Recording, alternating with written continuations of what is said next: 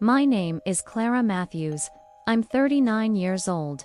And today, I'm opening up a chapter of my life that very few people truly know. When the doctor said the word autism, my marriage already had cracks. I just didn't realize they were about to split wide open. That day, everything happened in a blur. He was talking about evaluations, therapy plans, long-term outcomes. And inside, I felt like the ground had been pulled out from under me. I looked at Mark, my 42-year-old husband, waiting for him to squeeze my hand, to say, "We're going to get through this." But he didn't. He seemed far away. Like the news belonged to me, alone. I'm sharing this story now because I know so many moms are fighting two battles at the same time. One for their child, and another to keep their marriage alive. And some of us, we just can't win that second fight. My daughter, Sophie, was only 5 when we got the diagnosis. She was, and still is, the center of my world. But at the same time, my relationship with her father was quietly unraveling. Between therapy sessions, sleepless nights, and meltdowns, I tried to hold it all together. The house, my job, our love. But my hands just weren't big enough. Now, years later, I want to tell you what it was like to go through all of it. What happened when my marriage ended. And how I managed to rebuild myself into the mom my daughter needs. And the woman I deserved to be. Before Sophie was born, Mark and I had that perfect picture in our heads of what our life would be.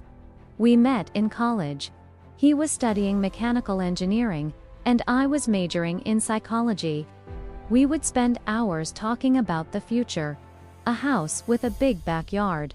Maybe 2 kids, a dog, road trips across the country, and a steady, happy life. In the early years of our marriage, things were good. We laughed a lot, worked hard, and truly believed we understood each other. We were the kind of couple who thought love could survive anything. When Sophie arrived, I felt like the story was unfolding exactly the way I had imagined. She was a tiny, beautiful baby with a serious gaze. Even as a newborn, she seemed to watch the world around her with intense focus. But as the months went by, I started noticing things that didn't match the baby books. She didn't smile as often as other babies. She didn't T-point to things she wanted. She would just cry until I figured it out. Loud noises made her cover her ears and cry in a way that broke my heart. She hated crowded places. Even family gatherings seemed overwhelming for her. And by the time she turned 2, she still wasn't talking. I remember bringing up my concerns to Mark. At first, he would say, "Clara, every kid develops at their own pace. Don't worry so much." But deep down, I had a knot in my stomach. As a teacher, I knew something wasn't lining up with typical developmental milestones. We started going to pediatric checkups more often. I always came prepared with a mental list, sometimes even written in my phone, of everything I had noticed about Sophie that week. How she avoided eye contact. How she rocked back and forth when she was anxious, her trouble tolerating certain food textures. And the fact that she still wasn't forming sentences like other kids her age. Each appointment was a mix of hope and frustration. Some doctors would smile politely and say, "Mom, every child has their own pace. Just wait and see." Others were more direct. "She may have some developmental delays, but it's too early to say for sure." Those answers left me in limbo. Not a yes, not a no. I'd leave feeling like I was the only one trying to solve a puzzle no one else wanted to touch. Mark reacted differently. He took those vague answers as good enough. I remember walking out of one clinic after another inconclusive evaluation. And he said in the car, "Clara, maybe we're overreacting. Maybe it's just her personality. That hurt more than he realized, because to me, it wasn't overreacting, it was a call to action. That's when I became my daughter's detective. I spent nights reading articles, watching videos, and going through other moms' stories. I called developmental clinics, asked other parents for recommendations, and put Sophie on multiple waiting lists for evaluations. But that search started to create cracks in our marriage. Conversations at home became tense. I wanted to prioritize evaluations and therapies. He wanted to stick to our routine and avoid labeling her. He believed talking about autism was like sealing her fate, while I believed ignoring it could cost her future opportunities. Meanwhile, daily life got heavier.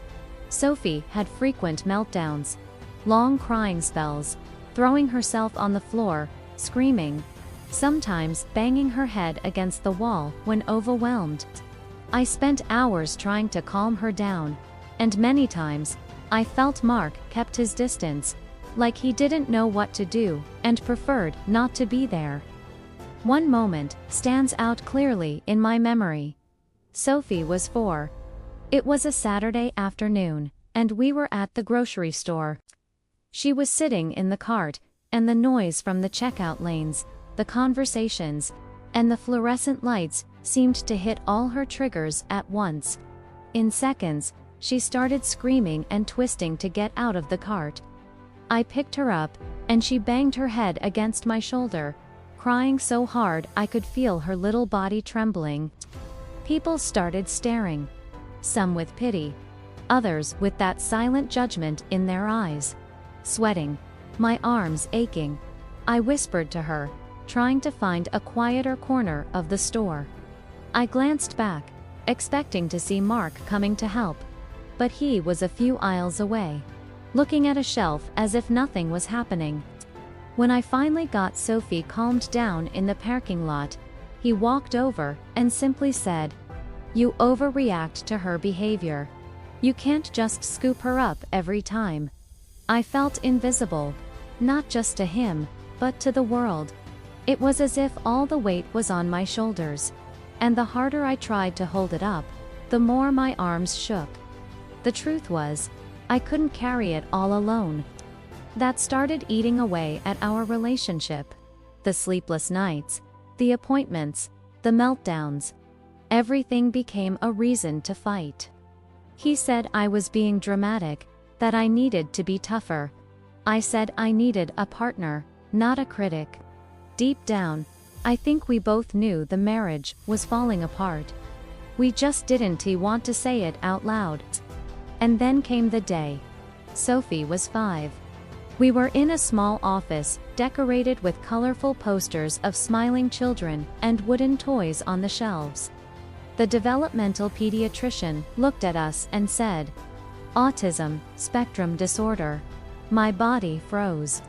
I felt both a strange relief at finally having a name for what we were experiencing, and the crushing weight of a life sentence. I heard the doctor talk about early intervention, behavioral therapy, educational support. But it was like my mind was underwater, catching only pieces of the sentences. I looked at Mark. He sat still, hands clasped, staring at the floor. He didn't ask a single question. He didn't react. He didn't look at me. And in that silence, I realized we had both heard the same words, but we were standing in completely different places. That was the moment I knew I was ready to fight for Sophie every single day. But maybe I'd be fighting alone. After the diagnosis, my life turned into a non-stop cycle. Sleepless nights became the norm, not the exception. Sophie struggled to fall asleep, and when she finally did, the smallest sound would wake her up. Many nights, we'd be awake until sunrise, me softly singing, rubbing her back, offering her a warm glass of milk. By the time the sun came up, I was drained. But I still had to straighten up the house, make breakfast, answer work emails, and later, take her to therapy. Your body starts charging interest for that kind of pace.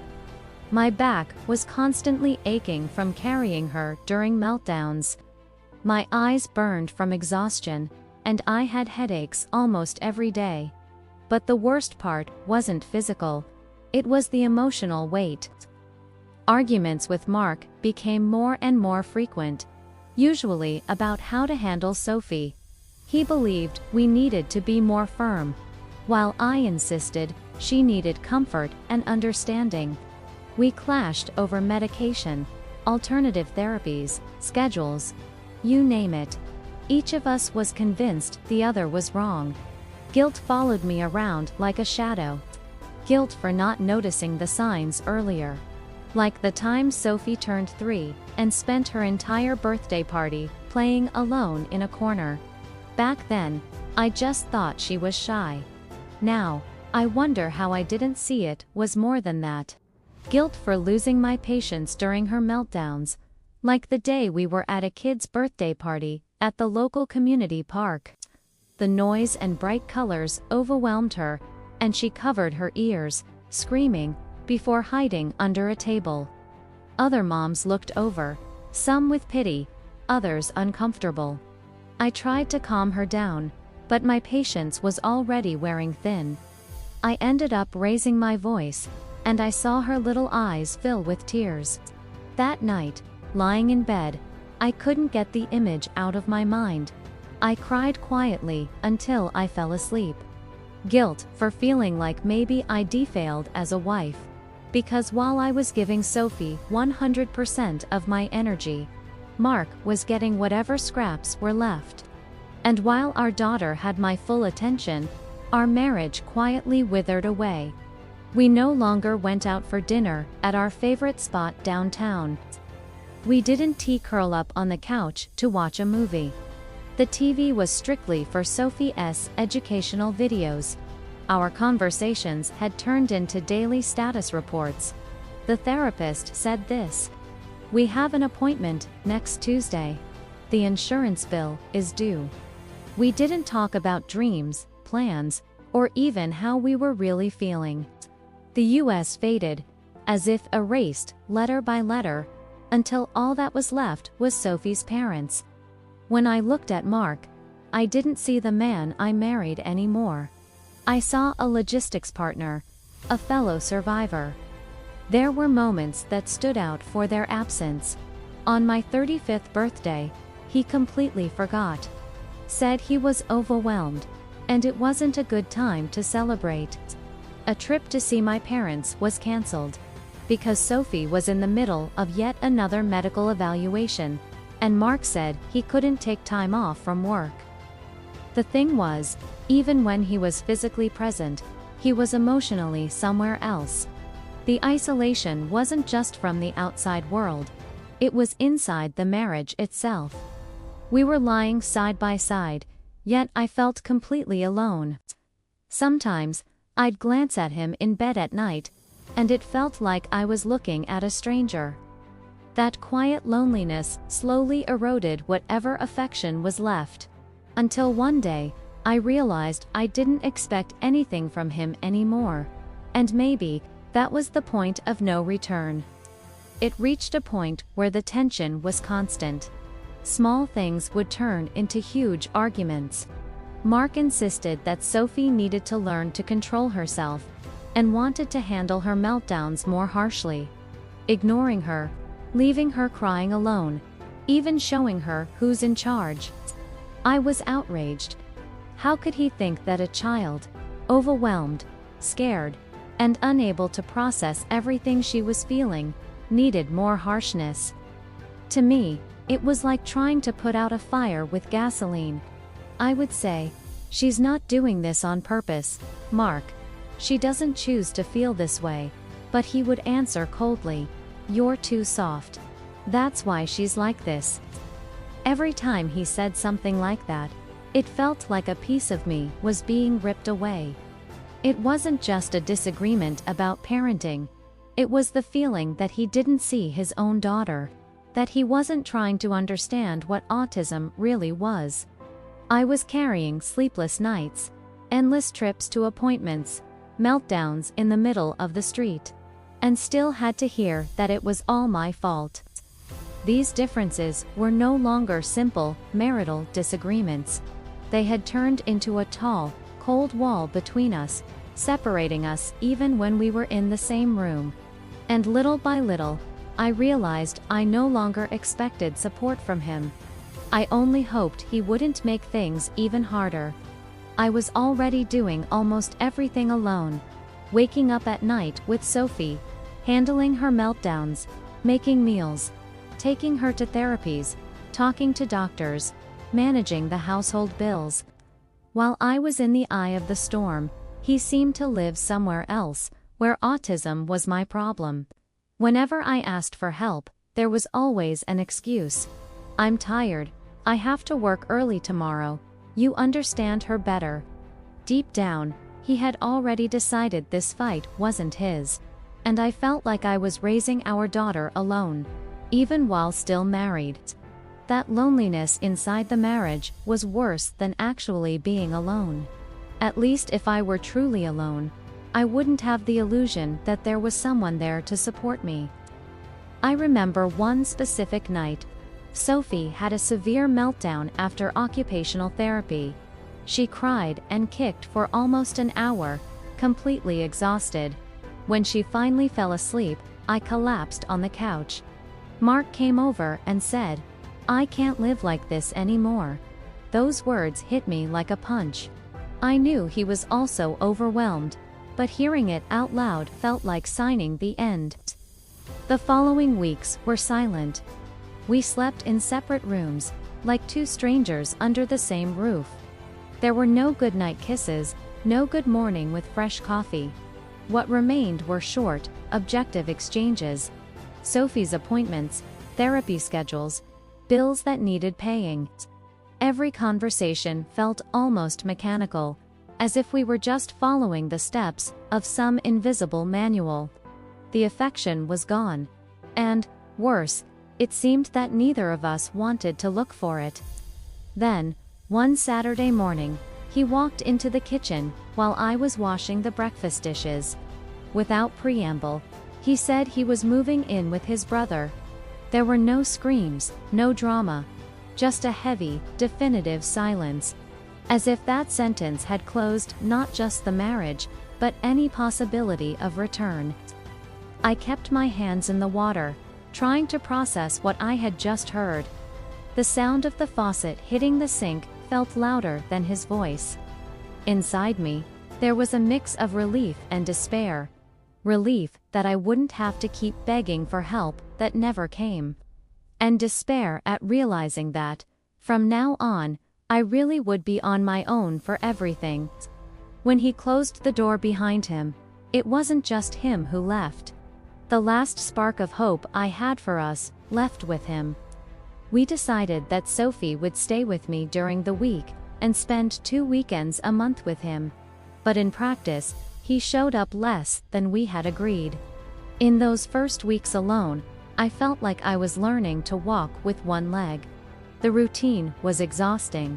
Wake up early, make breakfast, take Sophie to school, work, pick her up, deal with therapies and meltdowns, put dinner on the table, pay the bills, and try, somewhere in between, to hold back my own tears. The feeling of failure consumed me. I wondered if I had failed as a wife, as a mother, or in both roles. And the fear of the future was a constant weight. Fear of not being able to manage, of losing the house, of not knowing how Sophie would cope with her father's absence. The house became quieter, but no less intense. Mornings started before the sun came up. I'd prepare breakfast, lay out Sophie's uniform, check if her backpack had everything, the snack, the agenda, the sensory toy to help with transitions. Then, I'd take her to school, already thinking about the afternoon's logistics. Occupational therapy, speech therapy, psychologist. There was no more taking turns. It was all on me. If she had a meltdown in the middle of the street, There was no one to hold the shopping bags while I calmed her down. If she got sick, I'd have to reschedule my clients, lose days of pay, and still feel guilty for not being everywhere at once. Prejudice also came knocking, not loudly, but with that poison disguised as good intentions. I remember a neighbor leaning against the gate, saying, in a gossipy tone, "Maybe Sophie is like this because she doesn't have a father around to set limits." I swallowed hard. At that moment, I didn't have the strength to turn her ignorance into a lesson in empathy. I was already carrying on my back the weight of therapies, sleepless nights, and overdue bills. I had no energy left to explain that autism doesn't go away with scolding, nor that my daughter isn't like this because of a lack of discipline. What hurt the most wasn't the comment itself, but knowing she represented the voice of many. Many people still think a single mother's love is not enough. Many people still believe atypical behavior is just bad parenting. That day, I understood. Some battles are not fought with words. We win them by living and showing. Every day, that love and understanding teach far more than yelling and punishment. The financial burden was another challenge. One you can't just push aside for later. Therapies aren't cheap, and insurance or the public health system doesn't always cover everything. Every hour with a speech therapist, every occupational therapy session, every appointment with the neurologist, all had a high price. Many times, the money for a session came from what I stopped spending on myself. New clothes. Postponed. Nail polish. Only when there was extra, and there was almost never extra. Haircut. I could go a year without stepping into a salon and even learned to trim my own hair. At first, I didn't even realize how much that was slowly erasing me. The woman I was before gave way to the mother, the caregiver, the provider. But what about me, Clara? She was always left for later, and that later never seemed to arrive. It was as if, in the math of love, I had learned that for her to have everything she needed, I had to settle for the bare minimum, and I accepted that equation, even knowing it never truly balances, because self-care isn't a luxury. But in real life, with bills in the drawer and therapy on the calendar, it felt like an unreachable luxury. In the middle of it all, I had to learn to be 4 women in one: mother, caregiver, provider, and, when I had a breath left, try to remember I was still a woman with dreams, desires, and an identity beyond motherhood. But there were small victories, and they were what kept my heart beating in the rhythm of hope. I remember the day Sophie, after weeks of patient practice, managed to cross the street holding my hand without breaking away to run. It may seem simple from the outside, but for us, it was a milestone. Every safe step felt like the world becoming a little less dangerous for her, and for me. Or the time when, after an intense meltdown, she looked at me, took a deep breath, and with a trembling voice said, "Sorry, Mommy." I held back tears. Not because she had done anything wrong, but because, in that moment, I realized she was beginning to understand and express her feelings. It was more than a word.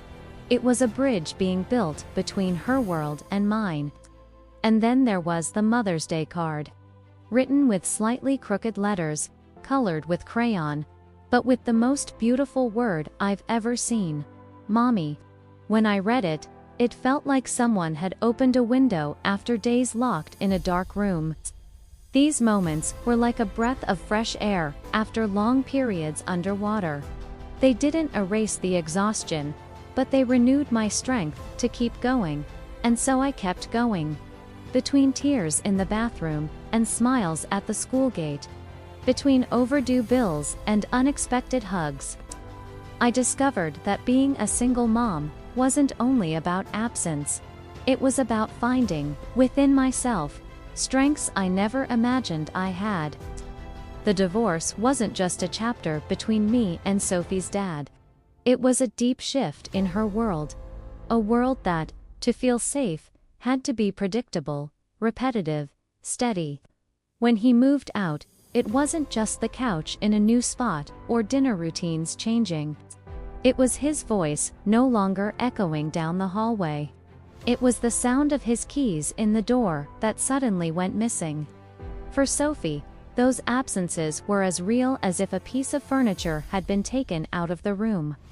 In those first few months, I saw clear signs she was trying to make sense of what had changed.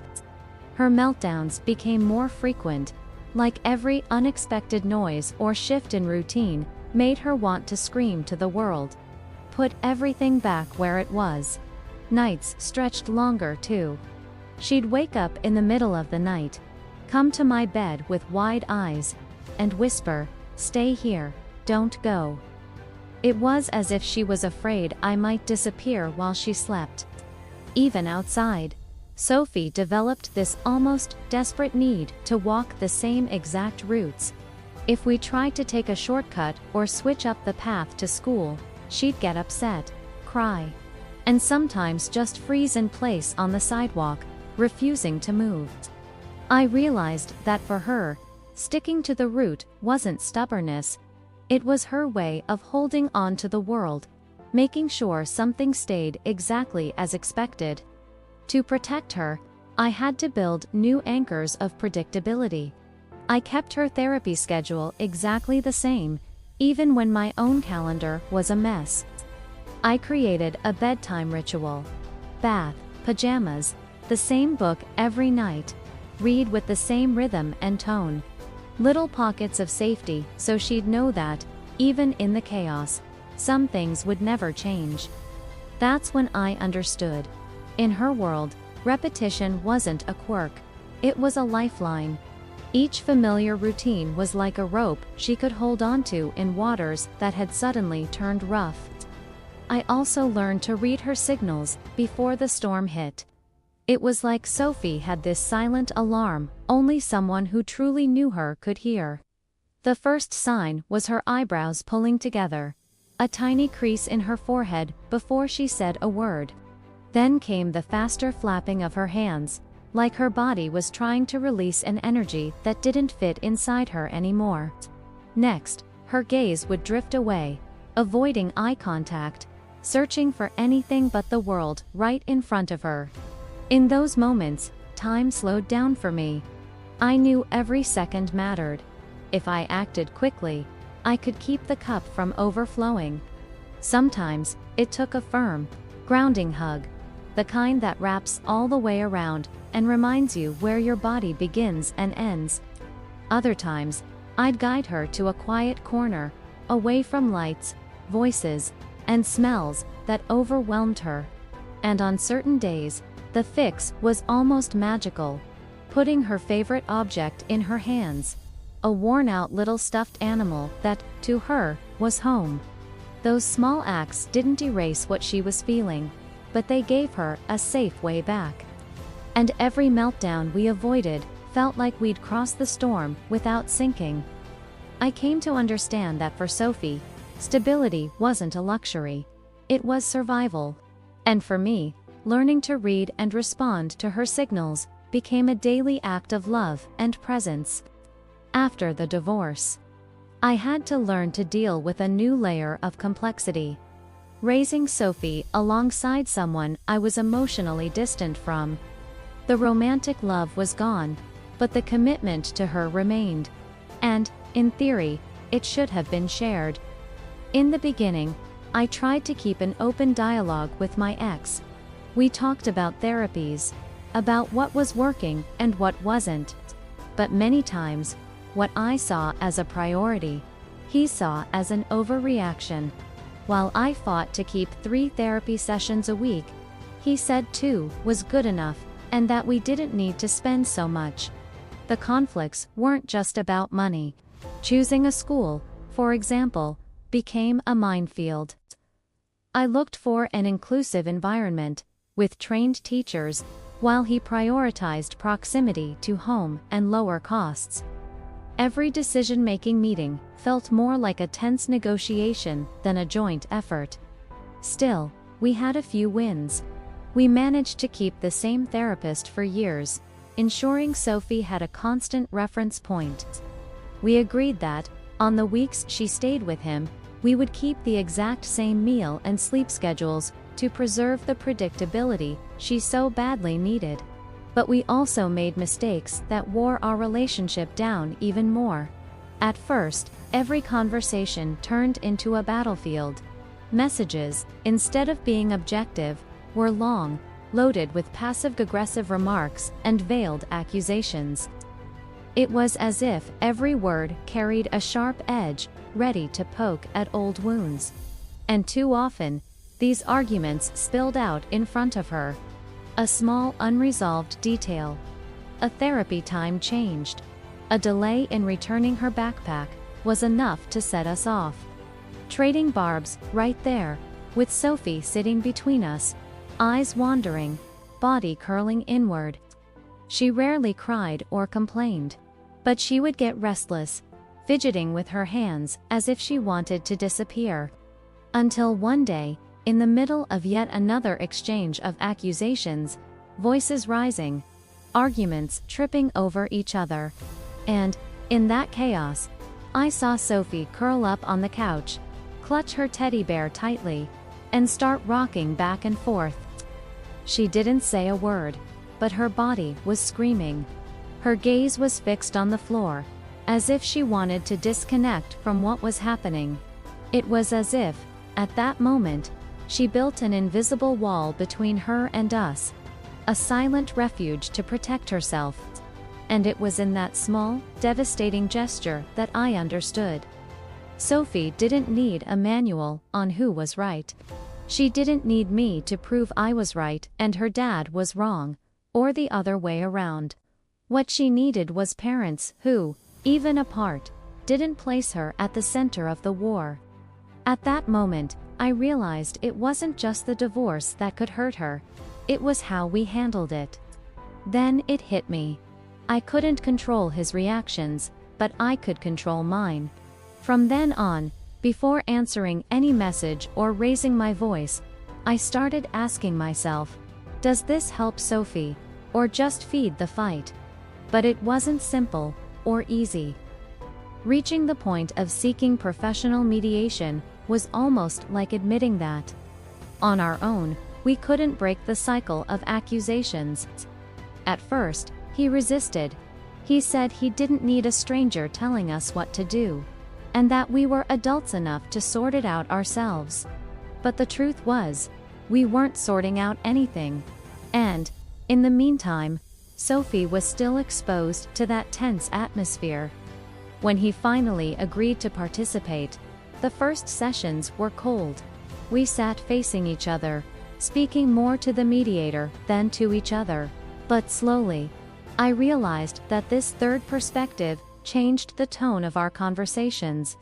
She would cut off unproductive arguments, ask direct questions, and remind us, every time we strayed, that the focus was Sophie, not our wounds. That's how, for example, we managed to reach an agreement on therapies. Before, every schedule change became a new argument. After mediation, we started recording everything in a shared calendar, avoiding misunderstandings. Another breakthrough was deciding on the school together. The mediator helped us list pros and cons for each option until we reached a consensus without turning it into a battle. Mediation didn't turn our relationship into a friendship. It didn't erase old resentments or create a bond where there was none left. But it built a minimal bridge. Narrow, fragile, but enough for decisions about Sophie to be less painful and more objective. And at that time, that bridge was already far more than we'd had before. I learned that co-parenting is not about liking or agreeing with the other person, but about finding ways to coexist for the sake of the one who depends on us. After months of living entirely for Sophie, and adjusting to life after the divorce, I realized there was a question I'd been avoiding. Who am I, beyond being a mom and a caregiver? It felt like, in the process of making sure her world kept turning, mine had come to a complete stop. At first, the idea of finding myself again almost felt selfish. I'd think, how can I spend time on me when she still needs so much?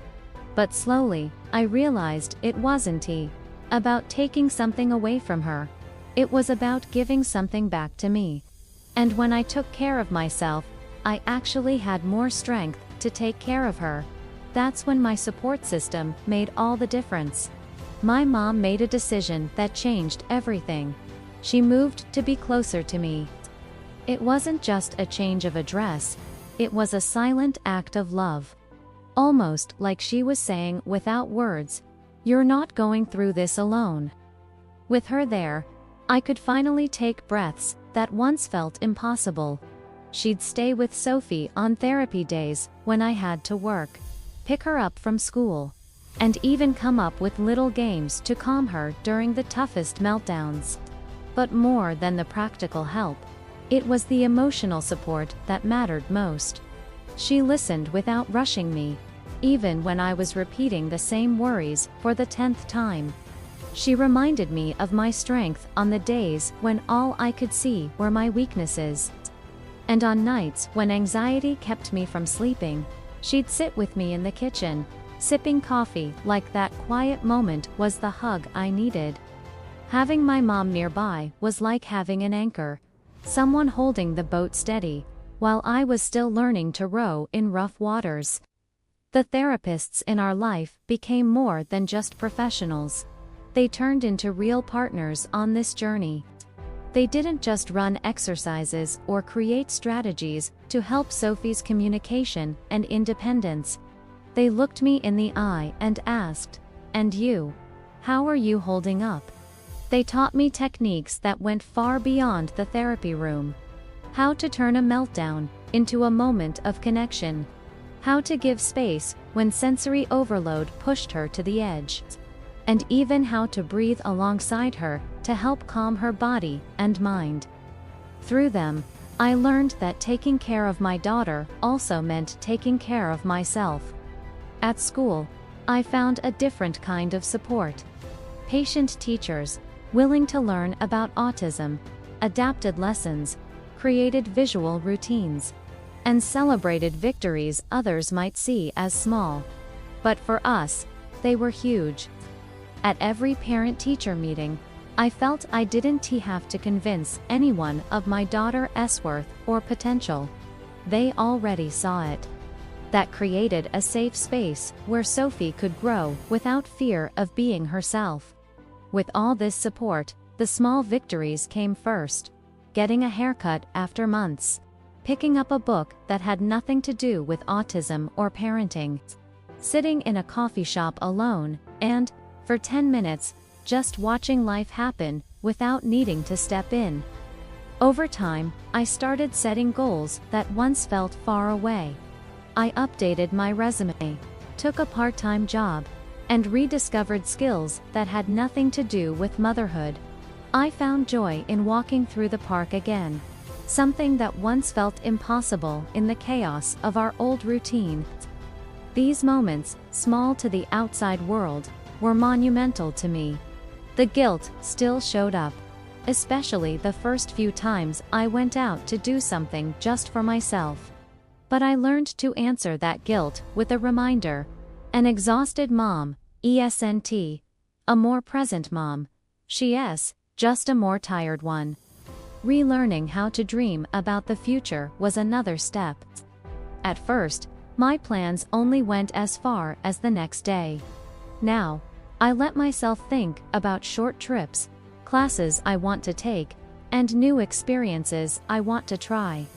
Not because I want to leave my daughter behind, but because I want to show her that life can be wide and full, even for those who've weathered storms. Discovering who I was beyond mom didn't make me love Sophie any less. If anything, it made me love her in a lighter, fuller way. because I'd learned to love myself again, too. If I could go back in time, I'd tell the Clara from a few years ago, you don't have to be perfect to be a good mom. I wish I'd understood sooner that asking for help isn't a sign of weakness, it's an act of love. That divorce, as painful as it was, didn't mean the end of our family, just a new way of being one. I learned, the hard way, that the love you have for your children can exist right alongside the end of romantic love. They're two different kinds of love. One is unconditional and lifelong. The other sometimes has to end so it doesn't cause more harm. And it's not fair to pit them against each other. As if loving Sophie meant I had to like or approve of everything her dad did, or vice versa. There were moments when this became crystal clear. Like the day she got sick and he stayed by her side in the hospital all night, even though he had a big meeting the next morning. Or the time we both just knew, without an argument, that he'd take her for the weekend. So I could take my first solo trip in years. Because we both knew I desperately needed that breather. Today, even with all the scars left behind, I can look back and see that despite every difference, Sophie's dad and I share something bigger than our wounds. A genuine desire for her to grow up happy, safe, and knowing she's loved by both of us. Life taught me resilience the hard way. It was dragging myself out of bed after being up all night through one of Sophie's meltdowns, then going to work with a forced smile. It was figuring out how to throw together a dinner from whatever was left in the fridge, because the month's budget was already stretched thin. It was holding it together when it felt like every plan I'd ever made had fallen apart. I also learned empathy. Not just for my daughter, but for myself. Realizing I wasn't a bad mom for needing breaks. That saying, "I can't do it today," didn't make me weak. It made me human. And that giving myself permission to rest was actually one of the best ways to care for her afterward. And maybe the hardest lesson of all was forgiveness. Not the naive kind that erases the past as if it never happened, but the kind that frees you from dragging around your own chains. Forgiveness didn't mean forgetting the harsh words or the absences. It meant choosing not to live chained to them.